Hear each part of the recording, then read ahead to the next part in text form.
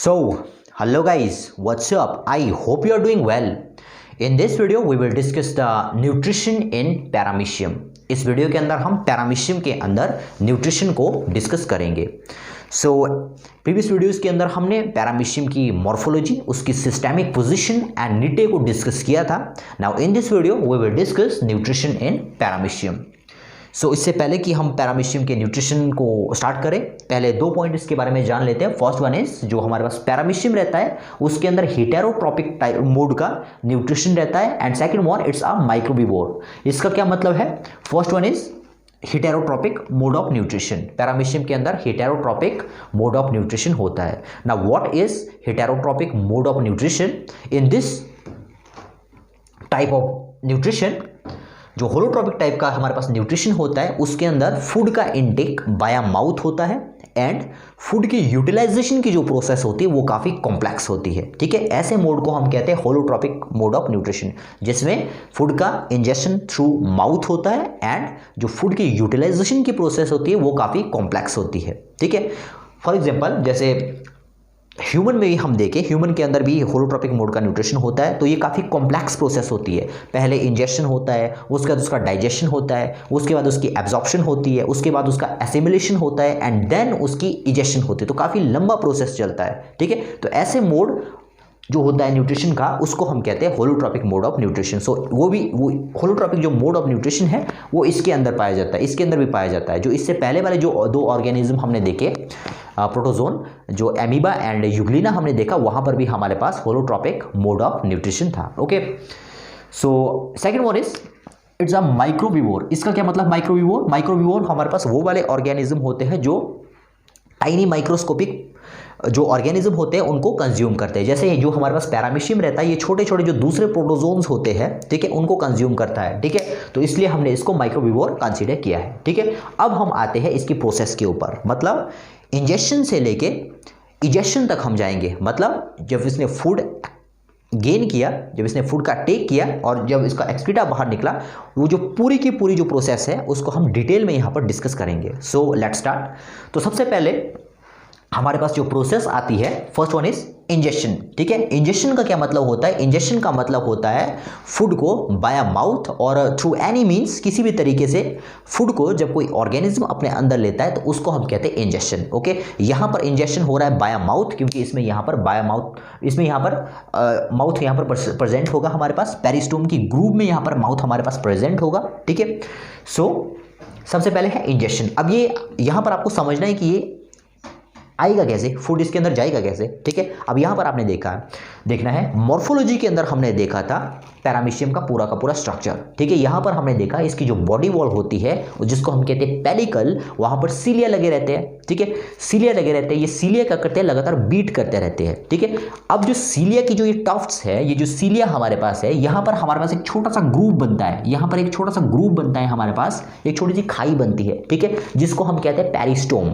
ठीक है, क्या कहते हैं इसको? पेरिस्टोम. यहां पर सीलिया काफी डेंस होते हैं. ठीक है, कैसे होते हैं? डेंस होते हैं. यहां पर काफी डेंस सीलिया है. जब यहां पर की जो सीलिया बीट करते हैं, इन सीलिया के बीट होने से वाटर की करंट जनरेट होती है. इस वाटर की करंट जैसे यहां पर जनरेट हुई, यहां पर जो वाटर की करंट जनरेट हुई, तो वो वाटर की करंट यहां होते हुए, इसके माउथ होते हुए अंदर एंटर कर जाती है, इधर एंटर कर जाती है. और जो यहां पर इसका माउथ है, ठीक है, ये वाला जो एरिया आप देख रहे हो ये बकल कैविटी है. ठीक है, जो नीचे वाला जो ये वाला एरिया आप देख रहे हो इसको हम कहते हैं साइटोफेरिंक्स. ठीक है, इसको हम क्या कहते हैं? इसको हम कहते हैं साइटोफेरिंक्स. ठीक है, यहां पर कहते हैं इसको क्या कहते हैं? साइटोफेरिंक्स. ठीक है, इसको हम बाद में देखेंगे. अभी हमने सिर्फ पहला स्टेप देखना है इंजेक्शन का. इंजेक्शन कैसे हुआ? जो पेरिस्टोम था वहां पर टफ्ट काफी डेंस थे, उनकी बीटिंग की वजह से हमारे पास क्या हुआ? जो फूड था, जो वाटर था, इसका ये फूड लेगा कैसे? जो वाटर की करंट जनरेट होगी, वाटर की जो करंट है वो अंदर चली जाएगी. वो जो वाटर की करंट है उसी में छोटे छोटे माइक्रो ऑर्गेनिज्म है जिनको ये कंज्यूम करेगा. ठीक है, वाटर की करंट अंदर गई.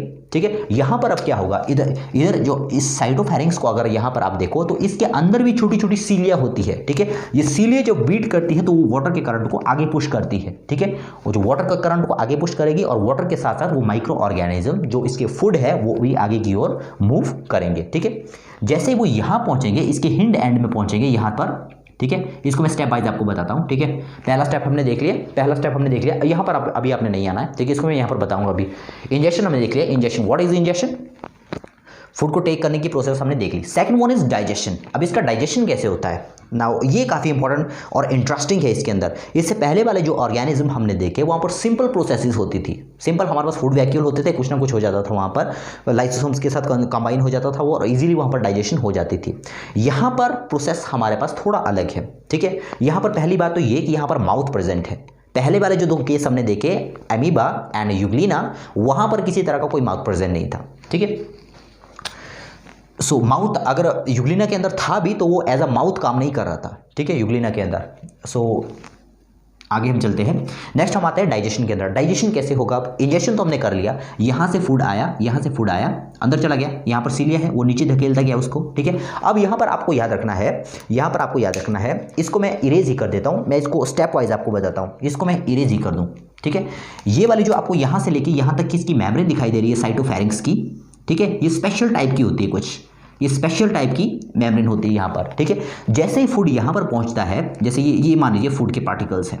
ठीक है, जैसे ही फूड के पार्टिकल्स यहाँ पहुँच गई तो ये बैलून की तरह फूल जाता है। ये वाला एरिया यहाँ की जो मेम्ब्रेन है वो स्ट्रेचेबल है और फूल जाती है और यहाँ पर एक ब्लैडर लाइक स्ट्रक्चर हमारे पास बन जाता है। ठीक है, कब बनेगा, जब फूड यहाँ पर पहुँच जाएगा। ठीक है, तो यहाँ पर हमारे पास इस तरह से ब्लैडर लाइक स्ट्रक्चर बन गया, इस तरह से एक ब्लैडर लाइक स्ट्रक्चर बन गया और जितना भी ये जो फूड था वो सारा का सारा इस ब्लैडर लाइक स्ट्रक्चर में चला गया, इस ब्लैडर लाइक स्ट्रक्चर में यहाँ पर चला गया। जैसे इस ब्लैडर लाइक स्ट्रक्चर में सारा का सारा फूड चला गया, इसी ब्लैडर लाइक स्ट्रक्चर को हम कहते हैं कुछ देर के बाद ये क्या हो जाएगा, डिसइंटीग्रेट हो जाएगा, यहाँ से ये टूट जाएगा यहाँ से। ठीक है, ये बन गया, ये डिसइंटीग्रेट हो गया। ठीक है, डिसइंटीग्रेट हो गया। अब यहाँ पर आपने ध्यान रखना है, जैसे ये डिसइंटीग्रेट हो गया तो ये पूरी की पूरी इस यूनिसेलुलर बॉडी के अंदर सर्कुलेट करेगा। कैसे करेगा इसको अभी हम देखेंगे।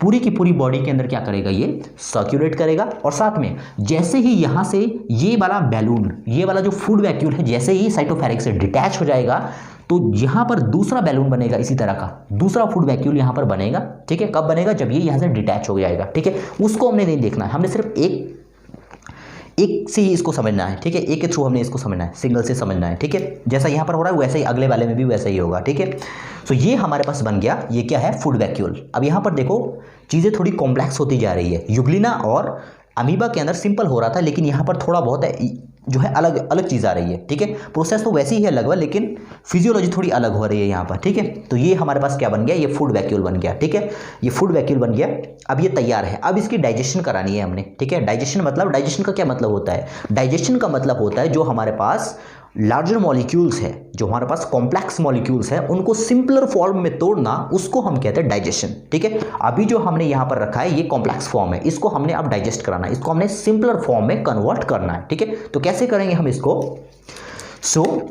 अब ये जो हमारे पास फूड वैक्यूल है, इसको हम क्या कहते हैं, फूड वैक्यूल। इसको हम क्या कहते हैं, फूड वैक्यूल। ठीक है, अब ये जो फूड वैक्यूल है ये पूरी की पूरी बॉडी में सर्कुलेट करेगा।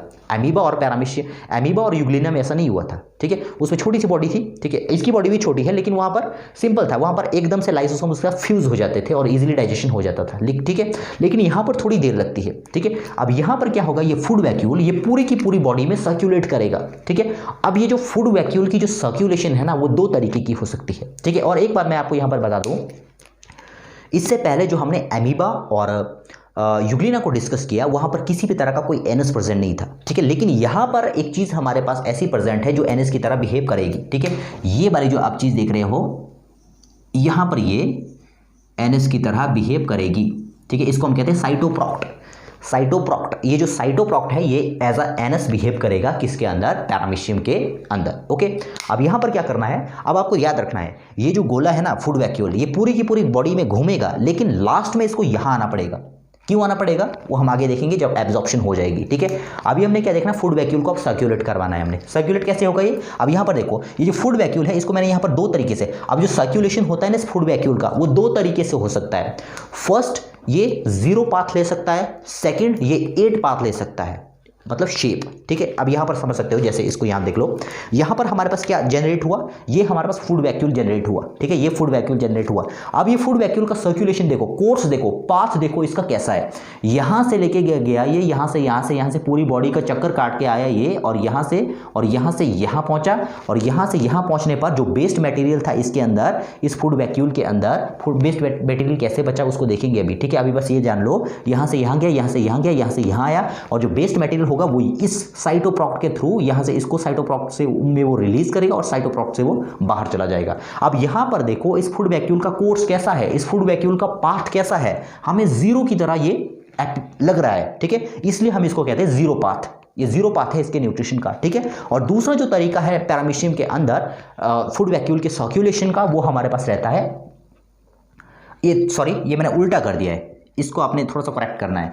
ये कौन सा है, जीरो शेप पाथ है, क्योंकि इसमें जीरो बन रहा है, और ये 8 शेप पाथ है, इसमें 8 बन रहा है। यहां पर अगर ध्यान से आप देखो, यहां से देखो, यहां से फूड वैक्यूल का सर्कुलेशन स्टार्ट हो रहा है, ठीक है, इसका कोर्स, सर्कुलेशन बोल सकते हैं, कोर्स, इसका जो पाथ हो रहा है स्टार्ट, यहां से इसका कोर्स स्टार्ट होगा, यहां से यहां होते हुए यहां होता। अब यहां पर देखिए किस तरह का स्ट्रक्चर हमारे पास बन रहा है, यहां से गया ये, यहां से यहां तक, और यहां पर आके इसने अपनी जिसके अंदर का जो एक्सक्रीटा था उसको बाहर रिलीज कर दिया, ठीक है।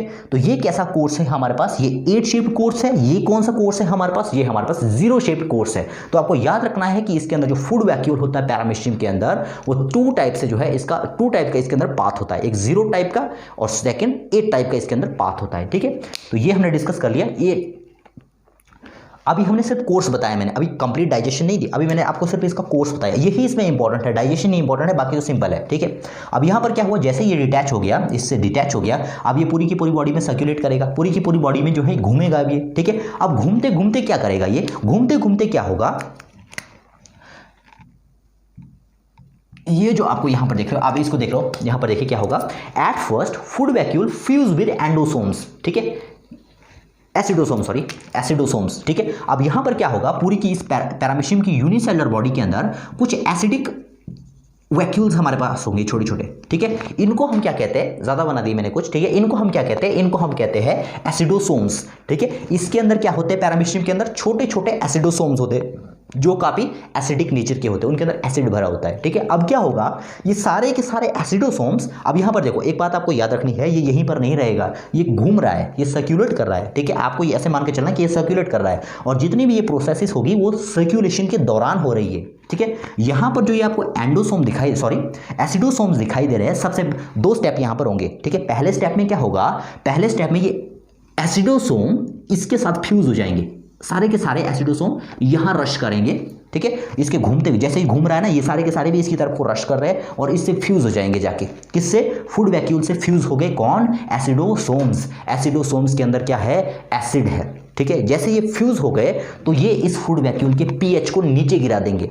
अभी हमें पता है एसिड का पीएच कैसा होता है, कम होता है, तो इसके अंदर एसिड भरा हुआ था, इसके साथ फ्यूज हो गया, तो पूरे के पूरे फूड वैक्यूल का पीएच इन्होंने डाउन कर दिया, मतलब इसको एसिडिक कर दिया। और जो एसिड होते हैं वो ज्यादातर माइक्रो ऑर्गेनिज्म को किल करने का काम करते हैं। तो इसके अंदर अब देखो इसका फूड क्या है, पैरामीशियम का फूड क्या है, माइक्रो ऑर्गेनिजम्स है, ठीक है। अभी वो जिंदा थे, जैसे ये एसिड इनके अंदर चला गया, इसका पीएच डाउन हो गया, जैसे ही पीएच इसका डाउन हो गया तो माइक्रो ऑर्गेनिज्म क्या हो गए, जो जिंदा माइक्रो ऑर्गेनिज्म थे वो डेड हो गए, मर गए सारे के सारे, ठीक है। ये पहला स्टेप था। पहले स्टेप में क्या होगा, पहले स्टेप में हमारे पास, वैसे पहले आप इसका स्क्रीनशॉट ले लो, पहले इसका स्क्रीनशॉट ले लो आप। ये हमने देखा, ये एसिडिक हो गया, और सारे के सारे इसके अंदर जितने भी माइक्रो ऑर्गेनिज्म थे ना, वो सारे के सारे डेड हो गए, ठीक है। पहला स्टेप था एसिडोसोम के साथ मिलना। अब दूसरे स्टेप में, अब इसके अंदर छोटे छोटे लाइसोसोम्स होते हैं, ठीक है। क्या होते हैं, छोटे छोटे इसके अंदर लाइसोसोम्स होते हैं। वन सेकेंड,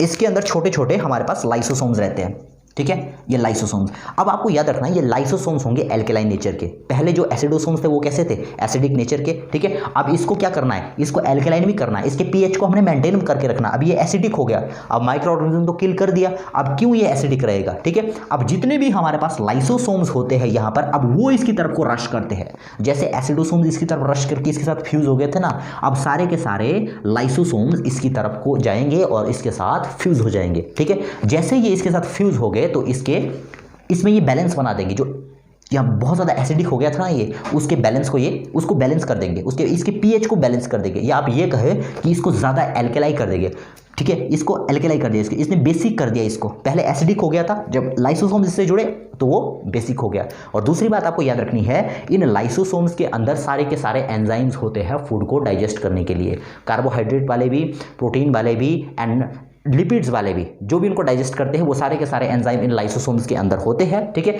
अब जैसे ये लाइसोसोम इनके अंदर चला जाता है तो सिंपली ये इस फूड को पूरा का पूरा क्या कर लेते हैं, डाइजेस्ट करा लेते हैं, ठीक है। मतलब इस कॉम्प्लेक्स माइक्रो ऑर्गेनिज्म को सिंपलर फॉर्म में तोड़ देते हैं, ठीक है। कौन तोड़ता है, इन लाइसोसोम्स के अंदर का के एंजाइम, ठीक है। अगर यहाँ पर अगर आप देखो तो ये ह्यूमन की तरह थोड़ा थोड़ा मिल रहा है। जैसे ह्यूमन में आप देख सकते हो, हम क्या करते हैं, फूड को कंज्यूम करते हैं, हमारे स्टमक का जो पीएच होता है वो कैसा होता है, वो एसिडिक नेचर का होता है, ठीक है। यहाँ पर एसिड की एक्सेस में होता है स्टमक के अंदर, ठीक है। लेकिन जब हम इंटेस्टाइन में चले जाते हैं तो वहाँ पर वो बेसिक नेचर का हो जाता है। तो वैसे ही यहाँ पर भी है, पहले देखो फर्स्ट स्टेप में यहाँ पर भी हमारे पास एसिडिक फेज बन रहा है, सेकेंड स्टेप में हमारे पास यहाँ पर भी बेसिक फेज बन रहा है, ठीक है। सो अब क्या होगा, अब तो सिंपल सी बात है कि यहाँ पर क्या हो गया, डाइजेशन हो गया, ठीक है। जब डाइजेशन हो जाएगा, एक बात मैंने फिर से कह रहा हूँ आपसे, ये जो गोला है, ये जो फूड वैक्यूल है, ये यहीं पर नहीं है, ये सर्कुलेट कर रहा है, ठीक है, ये घूम रहा है। अभी मैंने इसको यहीं पर बताया हुआ है, लेकिन ये घूम रहा है, ठीक है। आपने ऐसे नहीं रखना इसको। दूसरा आप देखते हैं, जैसे ही डाइजेशन हो गया, ठीक है, ये घूम घाम के आ जाएगा, और यहाँ पर एक बात, यहीं पर डाइजेशन नहीं हो रही है, घूमते घूमते घूमते घूमते डाइजेशन हो रहा है, ठीक है। और लास्ट में इसको कहाँ आना है, यहाँ आना है, क्योंकि ये एज एन एनस बिहेव करेगा, ठीक है। अब यहाँ पर क्या होगा, जैसे इस फूड वैक्यूल के अंदर सारा का सारा फूड डाइजेस्ट हो गया, मतलब सारा का सारा जो कॉम्प्लेक्स मटेरियल था वो सिंपलर फॉर्म में कन्वर्ट हो गया, तो उसके बाद क्या होगा, उसके बाद इस फूड वैक्यूल के अंदर का जितना भी डाइजेस्टेड फूड है, मतलब जितना भी सिंपलर फॉर्म में टूटा हुआ फूड है, वो सारा का सारा इसकी वॉल से बाहर डिफ्यूज हो जाएगा। कहाँ, इस साइटोप्लाज्म के अंदर, ठीक है। इस साइटोप्लाज्म के अंदर वो सारा का सारा फूड डिफ्यूज हो जाएगा, ठीक है। और लास्ट में क्या बचेगा, इस फूड वैक्यूल के अंदर सिर्फ और सिर्फ एक्सक्रीटा बचेगा। इसका जो बेस्ट मटेरियल होगा सिर्फ वो बचेगा, जो फूड मटेरियल होगा वो सारा का सारा इसके बाहर डिफ्यूज हो जाएगा, ठीक है। लास्ट में ये गोला कहाँ आएगा, लास्ट में ये गोला ऐसे आएगा, देखिए यहाँ पर लास्ट में ये गोला यहाँ पर आएगा, ऐसे आएगा, ठीक है। इसको मैं दूसरे कलर से बना दूँ, 1 सेकेंड। लास्ट में ये गोला ऐसे आएगा, ये गोला ऐसे आएगा, ठीक है। और इसके अंदर जो होगा, इसके अंदर क्या होगा, अब इसके अंदर अब फूड वैक्यूल नहीं है, इसके अंदर सिर्फ एक्सक्रीटा, इसके अंदर सिर्फ वेस्ट मटेरियल है, ठीक है। अब क्या करेगा, ये इसका जितना भी वेस्ट मटेरियल है उसको यहाँ इसके थ्रू, साइटोप्रॉक्ट के थ्रू इसको बाहर धकेल देगा, ठीक है। तो ये हो गई हमारी कंप्लीट डाइजेशन पैरामीशियम के अंदर, ठीक है। तो 2 स्टेप हमने यहाँ पर कंप्लीट कर लिए हैं। फर्स्ट स्टेप इज इंजेक्शन, ये हमने देख लिया। Second one is digestion, digestion को भी हमने डिस्कस कर लिया, ठीक है। तो 2 स्टेप हमने देख लिया। Now third step is absorption. ये दोनों स्टेप बिल्कुल आसान है। एब्जॉर्प्शन में क्या होगा, सिंपल सी बात है, फूड यहाँ पर बाहर डिफ्यूज हो गया, ठीक है, बाहर डिफ्यूज होगा। अब यहाँ पर सिंपल, यहाँ पर कोई कॉम्प्लेक्स प्रोसेस नहीं है। क्यों नहीं है, क्योंकि ये यूनिसेलुलर ऑर्गेनिज्म है, सारा का सारा मटेरियल ऑटोमेटिकली इस सेल के साइटोप्लाज्म में यहाँ पर आ गया है, ठीक है। सिंपली यहाँ पर इसकी एब्जॉर्प्शन हो जाएगी। Next one is assimilation. Assimilation का मतलब है जो फूड यहाँ पर बाहर चला गया है उसको किस तरह से ये जो पैरामीशियम है यूज करता है, उस फूड के यूसेज को हम क्या कहते हैं, एसिमिलेशन कहते हैं, ठीक है। नेक्स्ट वन इज इजेक्शन, ठीक है। इजेक्शन कैसे हो रहा है, इजेक्शन यही जो मैंने आपको ये वाला जो स्टेप बताया ना, इसको हम इजेक्शन कहते हैं, ठीक है। जो फेजेस होती है, जो एक्सक्रीटा होता है उसको बॉडी से बाहर निकालना, उसको हम कहते हैं इजेक्शन, ठीक है। तो ये स्टेप मैंने आपको बता दिया। ये जो घूमते घूमते आएगा, लास्ट में ये गोला यहाँ पर आया, इसके अंदर क्या है, फेजेस है, इसके अंदर क्या है, इसके अंदर एक्सक्रीटा है, ठीक है। इसके अंदर वेस्ट मटेरियल है, उस वेस्ट मटेरियल को अब यहाँ पर देखिए, एक बात मैं और यहाँ पर आपको बताना चाहूंगा, ऐड करना चाहूंगा। इससे पहले जो हमने ऑर्गेनिज्म डिस्कस किए, कौन कौन से, यूग्लिना एंड एमीबा, उसके अंदर किसी भी टाइप का एनएस नहीं था। इसके अंदर यहाँ पर एनएस की तरह बिहेव करने वाला एक एरिया हमारे पास आ गया है, जिसको हम कहते हैं साइटोप्रॉक्ट। ये यहीं पर आएगा, बॉडी वॉल में नहीं जाएगा यहाँ पर, ठीक है। अब यहाँ पर आ गया, ये यहाँ पर जैसे ही आया तो यहाँ से ये जितनी भी इसके एक्सक्रीटा है, जो वेस्ट मटेरियल है, वो इसको यहाँ से होते हुए ये बाहर चला जाएगा, ठीक है। सो ये था डाइजेशन पैरामीशियम के अंदर। सो नेक्स्ट वीडियो के अंदर हम डिस्कस करेंगे ऑस्मो रेगुलेशन को, कि ऑस्मो रेगुलेशन क्या होता है।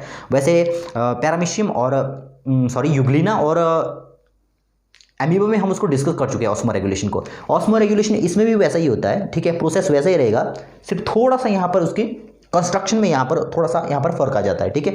सो ऑस्मो रेगुलेशन पैरामीशियम के अंदर हम नेक्स्ट वीडियो के अंदर डिस्कस करेंगे। सो आई होप कि आपने इस वीडियो को एंजॉय किया होगा। मिलते हैं नेक्स्ट वीडियो में, तब तक के लिए गुड बाय।